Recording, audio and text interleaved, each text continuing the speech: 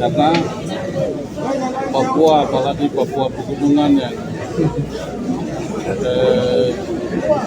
OAP anak-anak asli Papua Pegunungan yang banyak sekali, ribuan orang yang pengangguran. Ada cara nanti kita bicara di luar dulu. Panas. Untuk Papua, karena orang Papua mau sekolah untuk jadi pegawai, jadi satu-satunya untuk pegawai. Kalau provinsi yang lain itu ada ada keterampilan tambahan sehingga mungkin pegawai itu nomor yang terakhir. Tapi kalau Papua memang saat ini pegawai nomor satu dulu, baru nanti akan ke depan 20 tahun lagi baru sama seperti daerah dan teman-teman yang lain. Dan hal ini menjadi beban negara. Hal ini pengangguran lebih besar, ini beban negara yang perlu harus lihat. Kemudian kalau gubernur, wakil gubernur saya sebagai wakil gubernur nanti akan lihat. Bukan, ini hanya baru satu Papua Pegunungan terhadap 1.000 orang kuota yang ada. Mereka menuntut masuk akal, 100% masuk akal, bahwa 1.000 apalagi yang kemarin 7.000 dari 9.000 itu 7.000 yang dari 7.000 seleksi menjadi 1.000. Jadi hal ini kami Bapak Gubernur dan saya sebagai Wakil Gubernur merasa bahwa hal ini wajar saja, karena provinsi ini juga provinsi sangat baru. Kemudian kita membutuhkan juga pegawai. Ya, Pak Gubernur akan hitung juga dengan kemampuan anggaran dan juga kebutuhan yang menjadi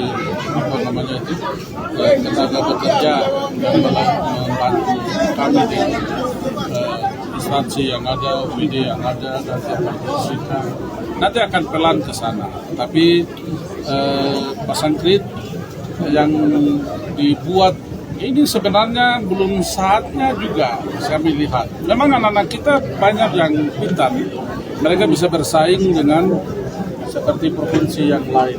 Tapi yang saya lihat untuk keseluruhan itu juga nanti akan kita pertimbangkan kembali. Kenapa dengan otonomi khusus ini, sistem noken ada. Jadi saya berbicara di sini bukan merasa bahwa anak-anak kita tidak ada kemampuan, bukan.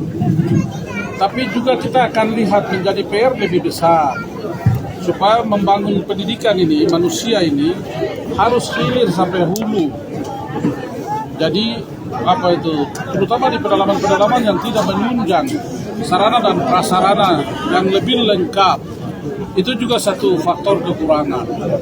Sehingga kita bagaimana supaya 5 tahun sampai 10 tahun, 20 tahun kita bangun sarana prasarana untuk membangun manusia ini sama dengan manusia yang lain di provinsi Indonesia, itu 38 provinsi di Indonesia. Jadi kita juga tidak kalah saing, tapi tetap akan ke sana. Tapi kami menjadi kesimpulan dari pertemuan hari ini bahwa nanti izinnya Bapak Gubernur, kalau beliau boleh, tapi kalau izinnya saya sebagai Wakil Gubernur akan membawa aspirasi dengan sejumlah argumen, mempunyai desain sesuai dengan kondisi daerah yang ada di Provinsi Papua Pegunungan. 99%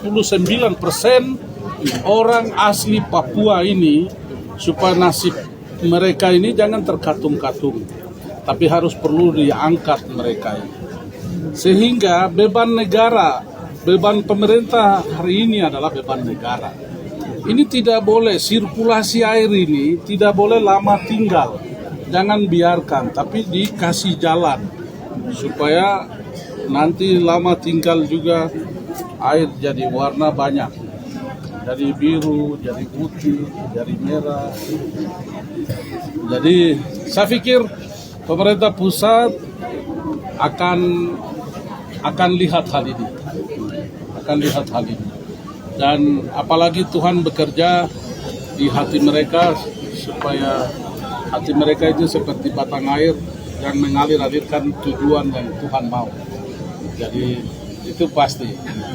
Kami rasa puji Tuhan karena semua yang terpendam pikiran-pikiran sebagai pencakar ini, orang tua, mama-mama dengan kesederhanaan, keterbatasan, uang 100-200 itu tidak simpan untuk dia beli makan, tapi dia kirim anaknya.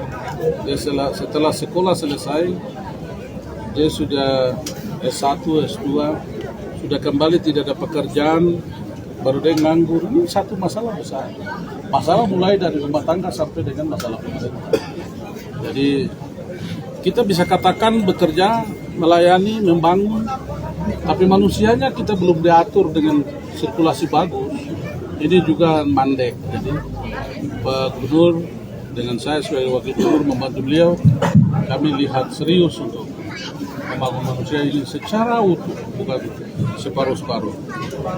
Kami hormat sekali dengan saya sebagai Wakil Gubernur, mewakili Gubernur, bahwa sangat hormat sekali dengan pencakar yang ada, dengan kepuasan sendiri, sudah ketemu, bertatap muka, isi hati mereka, buka-bukaan sampai saling tahu bahwa tidak ada sesuatu menyimpan di pemerintah atau di anak-anak, tapi kami sama dengan mereka karena satu DNA dan satu punya pikiran yang sama, perasaan yang sama, apa yang dia alami kami juga ikut alami itu.